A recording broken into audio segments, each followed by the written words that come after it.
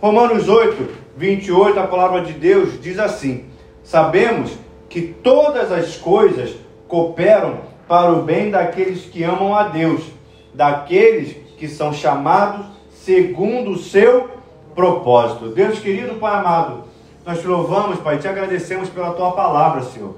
Nós, Senhor, Deus amado, queremos te pedir que nesse momento o Senhor passeie no nosso meio, Pai, sondando cada coração, Pai, derramando da tua bênção, derramando da tua provisão sobre nós, Pai. Que Deus, que a tua palavra, Senhor, seja precedida de sinais, de prodígios, de maravilhas, Pai querido. Trabalha nas nossas vidas, Pai. Revela-te, Pai, aos nossos corações. Desde já, Senhor, nós repreendemos nesse lugar todo ladrão da palavra, Pai, e consagramos esse ambiente a Ti, Senhor Jesus. Que seja feita a Tua vontade, assim na terra como é no céu. É o que eu te peço, te louvo e te agradeço, em nome de Jesus. E você que crê, diga amém, amém e amém. Mais uma vez estamos aqui nessa noite, visitando o apóstolo Paulo. Paulo, dessa vez, escreve essa carta, destinada à igreja de Roma. Mas ele escreve para essa igreja que está em Roma, enquanto ele mesmo está sitiado em Coríntios. Essa igreja, a igreja em Roma, ela é fundada por pessoas que se converteram direto ao cristianismo. Ou seja, eram pessoas que, como eu e você, não serviam a Deus nenhum. E assim que conheceram a Jesus Cristo, se renderam aos pés dele e começaram a seguir ao mesmo Deus que eu sirvo e ao mesmo Deus que você serve.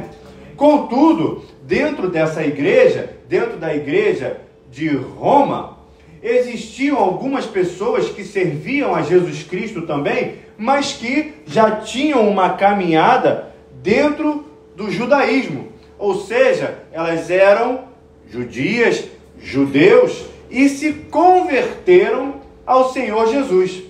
Dentro dessa igreja, então, começou a ocorrer uma divisão entre aqueles que eram cristãos e judeus cristãos. Por que isso começou a ocorrer? Porque aqueles que começaram a, vamos dizer assim, a ser cristão raiz, que não tinham uma caminhada pregressa, eles não traziam, com a permissão da palavra, nenhum ranço anterior. Eles serviam a Jesus Cristo genuinamente. No entanto, o judeu que se converteu ao cristianismo e estava baseado dentro daquela igreja, eles traziam dentro da sua cultura algum tipo de ranço, como, por exemplo, hábitos alimentares. Os judeus que se converteram não queriam largar os hábitos que eles tinham com relação à alimentação, a saber, por exemplo, comer frutos do mar e assim por diante.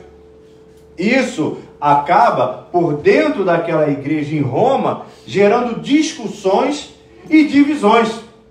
Agora note que coisa sensacional, porque isso aconteceu naquela época lá em Roma, lá atrás. E se nós andarmos para frente e chegarmos na igreja nos dias atuais, creio eu que não nessa igreja, mas em outras igrejas estabelecidas nessa terra, nós encontramos ainda dentro da igreja dissensões de milenistas com amilenistas, por exemplo, com calvinistas e arminianos, com pentecostais e neopentecostais, com aqueles, por exemplo, que votaram no Lula e com aqueles que votaram no Bolsonaro. Ou seja, queridos, o evangelho é tão atual, ele é tão colocado ali na base do F5 do que o jornal que vai sair amanhã. Aquilo que acontecia naquela igreja, naquela época, continua reverberando e nos dias de hoje, dentro da nossa realidade gospel, da nossa realidade evangélica,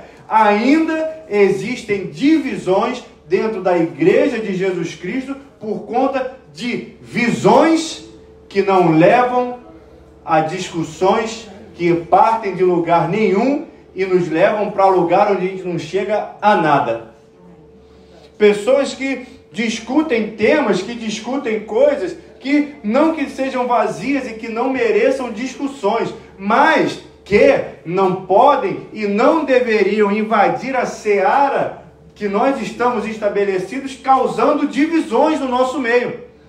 Entenda bem que, queridos, se nós somos calvinistas ou arminianos, independente da visão que nós temos acerca de como a salvação ela é estabelecida, nós cremos que calvinistas e arminianos vão morar no céu. Nós cremos, por exemplo, que o milenista e o amilenista, ainda que de repente você não saiba nem do que eu estou falando, no fim das contas, nós vamos morar junto no céu.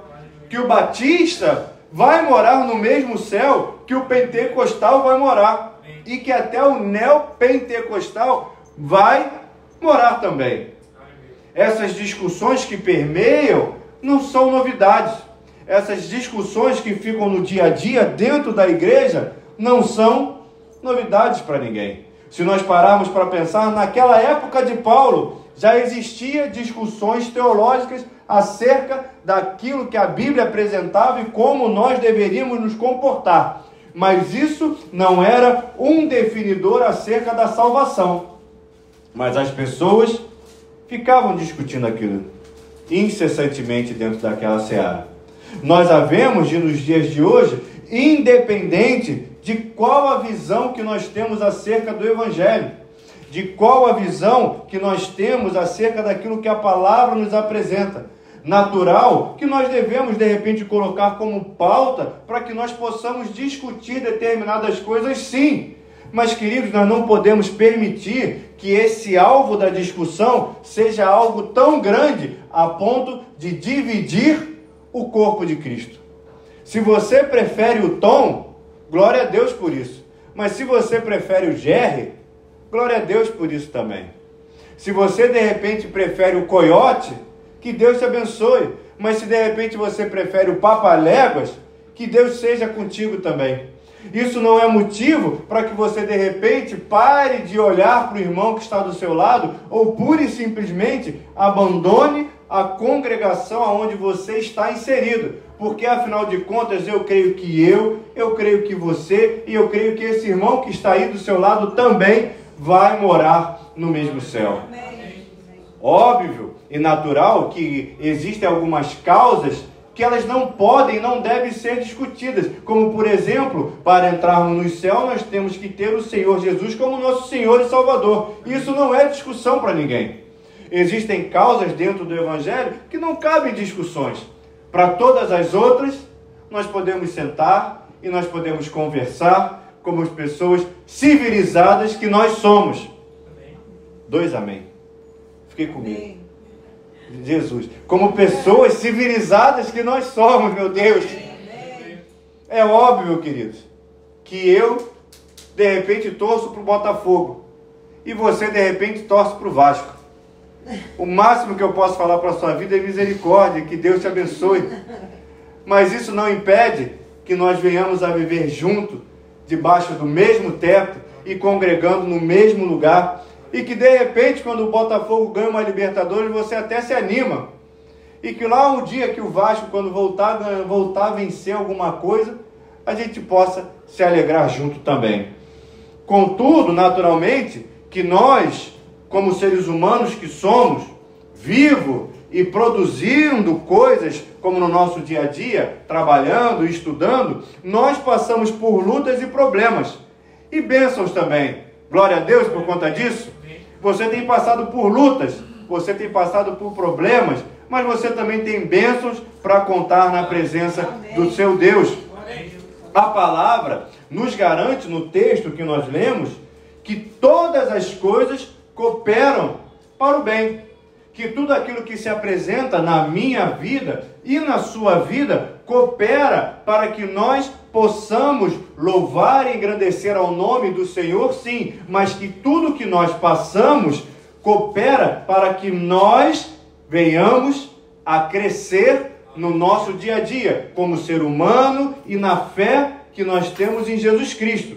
A tribulação, ela coopera para o nosso crescimento. E tem um glória aí no seu lugar. A luta, ela coopera para o nosso crescimento. Tem um aleluia aí no seu lugar. A bênção também coopera para que nós possamos glorificar e engrandecer ao nome do Senhor e poder ver que a poderosa mão dele está junto de nós.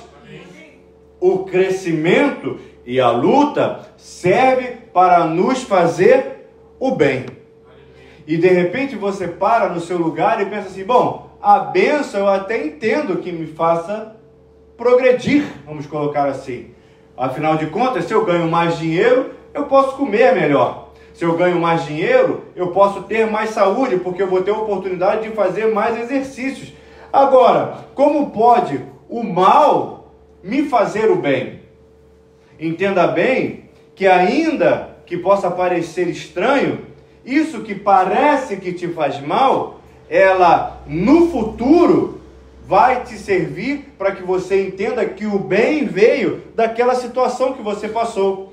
Imagine bem que você recebe uma notícia, um diagnóstico, e você tem que fazer um tipo de tratamento. À primeira vista, aquele tratamento, aquela notícia que você recebe, olha, você está com um problema, você vai ter que fazer um cateterismo, por exemplo, colocar uma mola no seu coração. Aquilo é uma coisa que causa um baque em mim e causa um baque em você. A notícia que de repente você vai ter que fazer um transplante de um determinado órgão, a primeira notícia que vem é, meu Deus do céu, que coisa horrorosa. Mas, queridos, isso que parece mal, no fim das contas, é bom. É aquilo que vai te dar uma sobrevida, é aquilo aonde o que parece mal é o bom, porque é nessa situação onde você está inserido que Deus vai operar o milagre que Ele tem que fazer. Parece que é ruim, mas é a mão de Deus trabalhando para que você possa entender que a partir daquilo que parece ser mal, é da onde vai vir o bem. Quando, por exemplo, você olha lá o extrato e você fala, meu Deus do céu, esse mês não vai ter como pagar determinada coisa. Isso, no primeiro momento, é mal. Mas o bem, ele vem quando? Quando você, mediante aquela notícia ruim, que não vai ter dinheiro para pagar, você se reorganiza financeiramente e aí, daí para frente, você vai conseguir sanar a sua situação financeira. Entenda bem que se você olhar para a sua biografia e eu olhando para a minha biografia, nós podemos enumerar situações que no primeiro momento simbolizou um problema, simbolizou algo ruim, mas que hoje nós vemos o quanto aquilo foi importante para o desenvolvimento da nossa característica, da nossa personalidade. Se nós pararmos para olhar para trás, foi ontem o primeiro dia que você foi para a aula. Você lembra do primeiro dia que você foi para a aula? De repente você nem lembra, mas você lembra o primeiro dia que você levou o seu filho para a aula. É aquela choradeira que não tem fim. O filho chora que está indo embora e vai sendo arrastado pela tia lá para dentro, chorando, pedindo, mãe, pelo amor de Deus. Você do lado de fora olhando, parece que está entregando seu filho para entrar numa arena cheia de leão. E o filho chora de lá, você chora daqui, fica todo mundo traumatizado. Mas aí o tempo passa. E aí o filho que você largou daquele jeito na escola, que você fala, em 2 horas quando eu vier buscar vai estar morto meu filho. Você foi, buscou, e hoje em dia é ele que te acorda para você levar ele para a escola. Amém. Aquele momento que você passou, que era um momento ruim, o tempo foi passando e aquilo que era ruim acabou por se tornar uma coisa boa para a criação daquele indivíduo, para que ele possa desenvolver ele como sendo uma pessoa, e você também desenvolvendo de desgarrar do seu filho. E você foi entendendo que existia uma figura ali que era plantando a independência dela na vida. Que ela poderia resolver as coisas sem a mãe e sem o pai estar de lado. E hoje em dia ela já não tem mais 5 anos. E aí o processo de separação, ele persiste e continua sendo colocado em prática. Mas ele começou lá atrás, quando tinha 4 e 5 anos e precisou passar por esse evento. Amém? Amém. Todavia, você leu junto comigo que todas as coisas cooperam para o bem. Então isso que você está passando vai cooperar para o bem da sua vida. Essa situação que você não sabe como vai resolver, ela está cooperando para o bem da sua vida. Ainda que de repente agora você não entenda, mas na frente nós vamos conseguir entender. Mas o verso, ele diz que todas as coisas cooperam para o bem daqueles que amam a Deus. Ou seja, para que as coisas estejam debaixo da batuta de Deus e realmente e verdadeiramente coopere para o seu crescimento, é necessário uma coisa. Que coisa é essa? Amar a Deus. Todas as coisas cooperam para o bem daqueles que amam a Deus. Se nós pudéssemos escrever isso de uma maneira mais clara e trazendo para os dias de hoje, é assim: se você ama a Deus, fique tranquilo, porque Ele está tomando conta de você e isso que está chegando é para o seu crescimento. Mas o primeiro processo é amar a Deus. O primeiro passo desse processo é amar ao Deus que eu e você servimos. Mas amar a Deus não consiste em pura e simplesmente abrir os lábios e falar: você ama a Deus? Eu amo sim. Não é algo que depende apenas de uma declaração verbal. Amar a Deus é você colocar em prática aquilo que Deus constitui para que o seu amor seja simbolizado e seja colocado de maneira firme como amor. Entenda, se nós pudéssemos comparar com um casamento não consiste só em você falar dia e noite que você ama o seu cônjuge, a sua esposa, o seu marido. Porque só declarar que você ama aquele que divide o mesmo teto contigo não faz com que o seu casamento seja alguma coisa sólida. Óbvio que a declaração de amor faz parte dos atributos de um casamento. Mas se você falar que ama aquela pessoa, mas abrindo a porta, você tem várias pessoas pela rua com quem você se relaciona, não está sendo colocado em prática o amor verdadeiro naquele casamento. Você está declarando o seu amor com os seus lábios, mas você não está respeitando as outras situações para que o casamento seja válido. A mesma coisa se dá com Deus. Entenda bem que para que um casamento ele seja válido, é necessária a declaração de amor. Posso ouvir um amém da sua parte? Mas a monogamia também é necessária. O sustento também se faz necessário. A proteção também se faz necessário.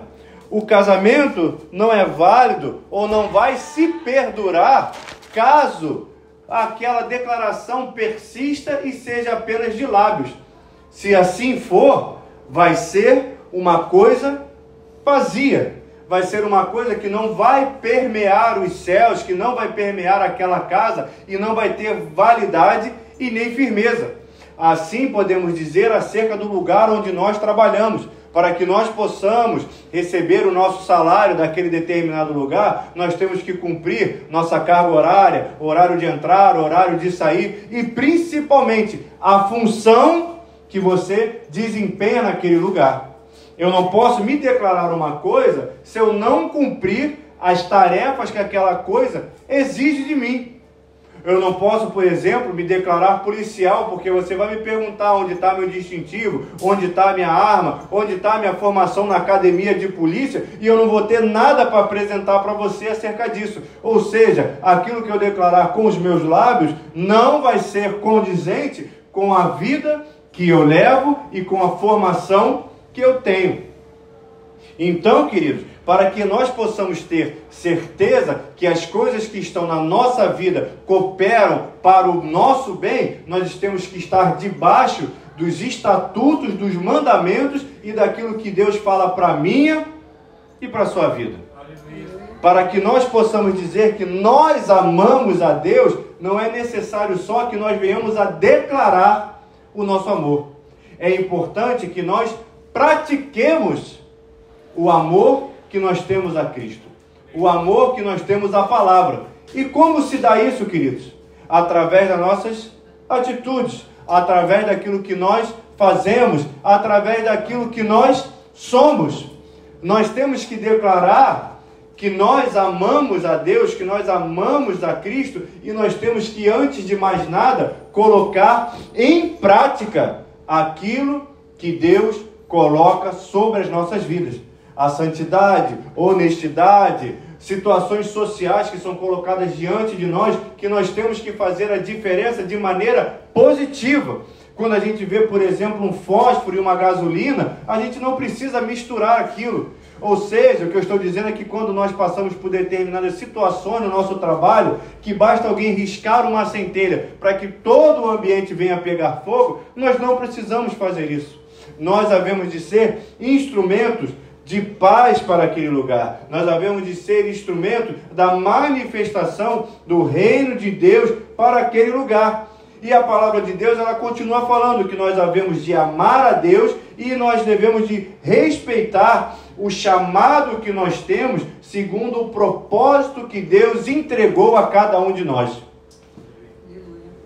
Entenda, queridos, que a palavra ela vem de maneira muito clara para mim e para você. E aquilo que Deus entregou para nós, nós havemos de fazer o que Deus nos entregou. De repente, aí vocês me perguntam, como assim, pastor? Não entendi. Vamos supor, você serve a Jesus Cristo, porque todos nós que estamos aqui nessa noite, nós já temos o Senhor Jesus como nosso Senhor e Salvador. Amém. Quando nós temos o Senhor Jesus como nosso Senhor e Salvador, Ele naturalmente entrega a mim e a você um dever. Não um dever de seguir aquilo que Ele nos orienta. A saber, como foi dito anteriormente, a santidade, os mandamentos, por exemplo, não roubar, não matar, e essas coisas que hoje em dia parece que foi esquecido no nosso caminhar, porque nós temos agora propina gospel, nós temos traficante gospel, nós temos tiroteio gospel, e queridos, entenda bem que essas coisas não são permeadas por aquilo que o Evangelho fala. Quando alguém denomina uma situação como sendo evangélica, nós devemos de parar para pensar um pouco se aquilo segue o que a palavra diz para mim e diz para você. Quando a pessoa de repente fala, não, traficante, é complicado, né, querido? Nós devemos de olhar com calma para as situações que se apresentam e vermos aquilo que está diante de nós. Daqui a pouco as pessoas vão estar afundando aí. Deixa para lá, sabe-se lá Deus. Mas quando você aceita Jesus Cristo, quando você está debaixo daquilo que tem como salvação para Jesus Cristo, Ele te entrega, Ele coloca na sua mão um propósito na sua vida. E no que consiste esse propósito? Alguns é cantar na casa de Deus. Alguns é evangelizar na casa de Deus. Alguns é tomar conta das crianças na casa de Deus. Alguns é fazer parte da introdução na casa de Deus. É ser dizimista, é ser ofertante. Quando Deus te chama para a seara dele, Ele te entrega um quê, um porquê e um para quê dentro da casa dele. E quando Ele faz isso contigo, nós havemos de colocar em prática aquilo que Ele confiou a nós. E aí, naturalmente que eu, você, todos nós servimos a Jesus Cristo aqui nesse lugar. Mas a pergunta que o Espírito Santo de Deus te faz nessa noite é: qual é o seu propósito dentro da casa de Deus? O que é que você tem feito para a casa de Deus? O que é que você tem colocado em prática dentro da casa de Deus? O que é que você tem feito? De repente você olha para a sua situação e você é um dizimista e ofertante na casa de Deus. Glória a Deus por isso. Mas, queridos, existe algo que Deus requer de nós que vai além disso, que é colocar a mão no arado verdadeiramente e colocar em prática aquilo que Ele colocou na nossa vida como sendo propósito. E o propósito é maior do que a minha e é maior do que a sua vida. É aquilo que quando você for embora dessa terra, você vai deixar como legado aqui para aqueles que ficarão. De repente seu filho, quando alguém perguntar, sua mãe era crente? Era. Ele vai perguntar, mas ela era crente e fazia o quê? Ele vai falar, não, minha mãe era crente e era intercessora, minha mãe era crente e era cantora. Porque quando alguém pergunta, sua mãe fazia o quê? Você fala, minha mãe era médica, minha mãe era engenheira, meu pai era segurança, e assim por diante. Todo mundo tem um fato, tem uma ação que é o propósito da vida dela. Mas dentro da casa de Deus, esse propósito é maior do que a nossa vida. Porque se você era o intercessor, você vai deixar uma semente no coração do seu filho, de tanto que ele vai te ver orando. Se você era um cantor, você vai deixar uma semente no coração do seu filho, de tanto que ele te via cantando. E aquilo vai perdurar por gerações e gerações. E Deus te trouxe aqui nessa noite para te perguntar e para deixar uma semente para você refletir no seu coração durante a semana. Naturalmente que você, sendo um servo de Jesus Cristo, todas as coisas estão cooperando para o bem da sua vida, porque você já serve a Jesus Cristo, amém? Mas qual é o propósito, qual é o chamado, qual é o trabalho na casa de Deus que nós precisamos, que eu preciso fazer, que você precisa fazer e que você de repente ainda não colocou em prática? Deus te trouxe aqui nessa noite para te perguntar de maneira específica o que é que você pode fazer na casa de Deus que você não tem feito acerca do seu chamado. Qual é o chamado que você tem, querido? Para que Deus te resgatou? Pregar o evangelho em tempo e fora de tempo? Dizimar e ofertar na casa de Deus? De repente ser um introdutor, quem sabe? De repente ser um intercessor? Trabalhar na escolinha bíblica? Eu tenho como certo que dentro do seu coração existe uma chama que arde acerca de um propósito e de um chamado para a sua vida, que vai além do que você pensa, vai além do que você imagina, e que de repente, nos dias de hoje, você não tem exercido, querido. Eu não sei quantos aqui estão na casa de Deus e que tem um chamado dentro do seu coração e que você não tem exercido. Eu quero te convidar a ficar de pé aí no seu lugar para que nós possamos orar, para que Deus possa soprar essa chama que está dentro do seu coração e fazer com que essa chama venha pegar fogo e que você possa colocar a mão no arado e fazer aquilo que Deus tem confiado também a você. Amém? Então feche seus olhos, curve sua cabeça. Pai querido, Deus amado, nós te louvamos, Senhor. Nós te agradecemos, Pai, porque o Senhor é um Deus bom. O Senhor é um Deus poderoso, Pai. O Senhor é um Deus que nos resgatou da onde nós estávamos, Pai, e nos deu um propósito, Senhor. O Senhor colocou sobre a nossa vida algo especial, Pai, para que nós pudéssemos fazer para o engrandecimento do Seu reino. Mas, Deus, até o presente momento, Pai, nós não estamos desenvolvendo isso, Senhor. Pai querido, existe uma chama que arde, Senhor, dentro do nosso coração, Pai. Existe, Pai, algo que queima dentro de nós para fazer pela Tua casa, Pai. Um ministério verdadeiramente, Pai, de intercessão, de introdução, da escola bíblica, seja adulto ou infantil, louvor, algo, Senhor, que arde nos nossos corações e que nós não temos colocado em prática, Pai. Deus querido, sopra esse fôlego novamente, Pai. Faz, Pai, com que, Senhor Deus Todo-Poderoso, essa centelha que está dentro de nós venha, em nome de Jesus, se tornar numa labareda, Pai, e que venha a tocar fogo, Pai, no nosso coração, a fim de que nós possamos, Pai, fazer da Tua obra, Pai. Deus querido, nos sustenta, Pai, para que nós possamos fazer a Tua obra, Pai. Senhor, nos abençoa para que nós possamos fazer da Tua obra, Pai. Porque o Senhor nos resgatou, Pai, para que nós façamos da Tua obra, Senhor. Em nome de Jesus Cristo, Pai, abençoa a vida do meu irmão, Senhor.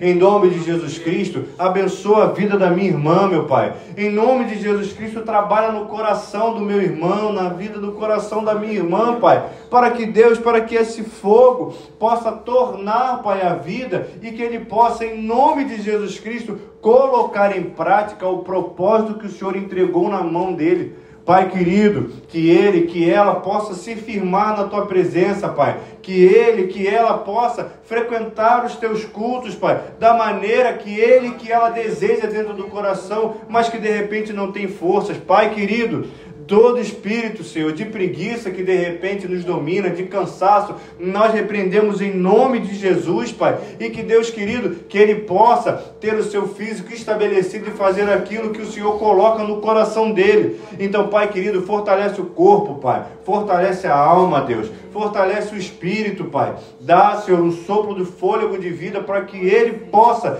fazer da tua obra mais uma vez, Pai. Deus querido, que aquela caminhada que de repente ficou para trás seja retomada e comece a ser refeita, Pai. Que aquela caminhada que de repente nem começou, Pai, seja colocada em prática vezes após vezes e comece a ser feita, Pai.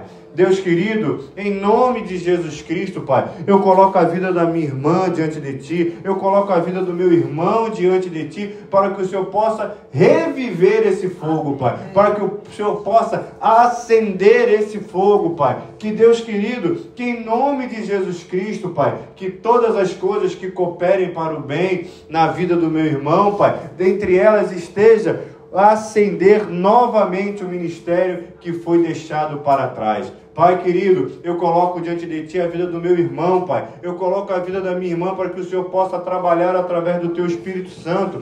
E que nessa semana que se aproxima, Pai, o Senhor possa reviver a obra no coração dele. Que o Senhor possa reviver a obra no coração dela, Pai. Que o Senhor possa, em nome de Jesus Cristo, Pai, colocá-la de pé. E que essa obra, Pai, que essa voz que é do Teu Espírito, fique ecoando no coração dele. Fique ecoando no coração dela, Pai. E que durante essa semana, ele e ela tome uma postura diante de Ti, Pai, de colocar o pé novamente na estrada e que o Senhor possa abençoar o caminho. Pai querido, que essa semana seja uma semana de decisão, Pai. Que essa semana seja uma semana, Pai, que o sobrenatural já está manifesto e que de nós possamos fazer de maneira natural, Pai, o passo de voltar para o arado, de voltar para a estrada, ou Senhor, de começar novamente uma caminhada. Despede teu povo debaixo da tua segurança, Pai. Despede teu povo debaixo da tua guarda, Pai. Cobre teu povo com o teu sangue, Pai, e os abençoa de maneira sobrenatural nessa semana, Deus.